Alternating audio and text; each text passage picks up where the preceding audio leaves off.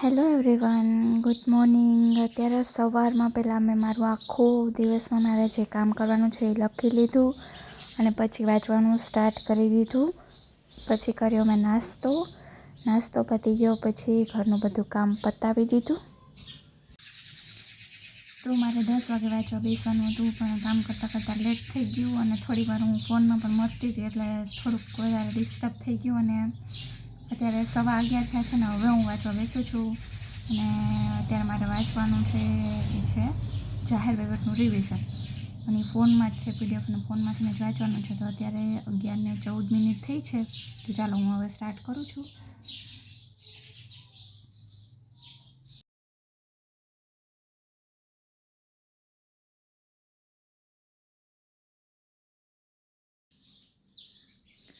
તો અત્યારે જાહેર વહીવટ મારે ચાલતો હતો અને જાહેર વહીવટમાં મારે મેં 13 પેજ અત્યારે વાંચ્યા છે અને બાકીના હવે કાલે વાંચીશ. ટોટલ 27 પેજ હતા, તો બાકીના 14 પેજ હું કાલે વાંચીશ. અને હવે જમી લઈ, કારણ કે ભૂખ લાગી ગઈ છે અને ટાઈમ થયો છે 1માં વાર છે 10 મિનિટની. તો હાલો હવે થોડીક વાર જમીને 5-10 મિનિટ થોડી વાર આરામ કરી લઈએ. તો આ બુક છે યુવા ઉપનિષદની અને પીવાયક્યુ છે. આ બધાય જે ટેલિગ્રામ ચેનલ ઉપર મેં આ બુક પોસ્ટ કરેલી છે, મને ટેલિગ્રામમાંથી જ મળી હતી. તો તમારે જો આ બુક ડાઉનલોડ કરવી હોય તો તમે ટેલિગ્રામ ચેનલ ઉપરથી ડાઉનલોડ કરી લેજો. હવે અત્યારે મારે બંધારણના 300 MCQ કરવાના છે, તો પહેલાં હું એનાલિસિસ જોઈ લઉં કે કયા ટોપિકમાંથી વધારે પૂછાય છે ક્વેશ્ચન. તો આ છે, એક મિનિટ, આ છે બંધારણનું એનાલિસિસ. જુઓ, આ બંધારણનું એનાલિસિસ છે, એમાંથી 340 પેજથી બીજો ટોપિક છે ને એ સૌથી વધારે પૂછાય છે. તો હું શરૂઆત બીજા ટોપિકથી જ કરીશ. તો ચાલો પહેલાં બીજો ટોપિક હું હવે સ્ટાર્ટ કરું. બીજા ટોપિકનું નામ છે સંઘ અને રાજ્યના કાર્યો અને જવાબદારીઓ, સંસદને એ બધું જે છે ને ભાગ 5 એ વધારે પૂછાય છે, તો હું પહેલાં એ જ કરીશ. તો ચાલો આપણે પહોંચી જઈએ સીધા જ્યાંથી બંધારણ સ્ટાર્ટ થાય છે ત્યાં જ. એમાં આપણે શોધીશું બીજો ટોપિક. પહેલાં સ્ટાર્ટિંગમાં જોયા જઈએ.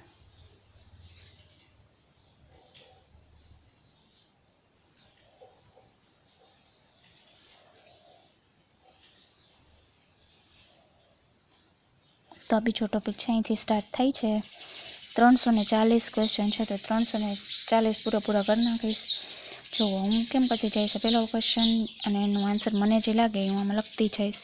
એવી રીતે 340 હું ફટાફટ સોલ્વ કરી નાખું. પછી જે ખોટા પડશે એ પાછા જોઈ લઈશ, એટલે 340 ક્વેશ્ચન આપણે રેડી થઈ જાય. ઓકે,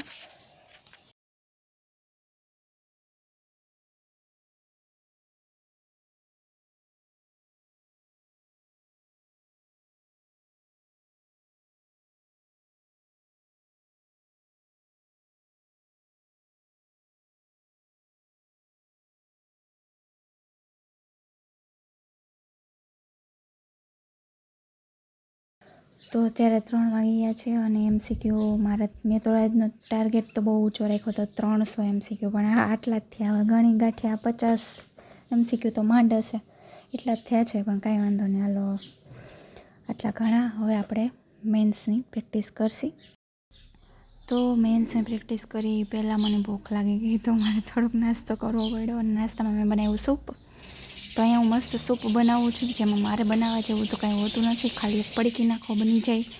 એટલે આમાં કાંઈ ક્રેડિટ લીધા જેવું છે નહીં, પણ સૂપ બહુ મસ્ત બન્યું, બહુ મજા આવી ગઈ ને પછી વાંચવા બેસવાની તૈયારી કરું છું. તો અત્યારે હું અહેવાલ લખું છું અને અહેવાલ મારા બહુ વીક છે, એટલે અહેવાલમાં મારે વધારે પ્રેક્ટિસની જરૂર છે, એટલે હું અહેવાલ લખું છું અત્યારે. તો અહેવાલ 2 લખ્યા છે ને હજી 2 અહેવાલ બાકી રહી ગયા છે, અને ના સોરી 3 અહેવાલ લખ્યા છે, એક આમાં પણ લખ્યા ને. તો હાલો, હવે મારે જો અંધારું થઈ ગયું છે એટલે મારે આમાં ફ્લેશ લાઇટ ઓન કરવી પડી. તો હાલો હવે રસોઈની તૈયારી કરી. 9 વાગી ગયા છે અને હું પાછી વાંચવા બેસી ગઈ છું અને અત્યારે મારે મેથ્સનું રિવિઝન કરવાનું છે અને રેઝિંગ એકાદો ટોપિક પણ હું કરવાની છું.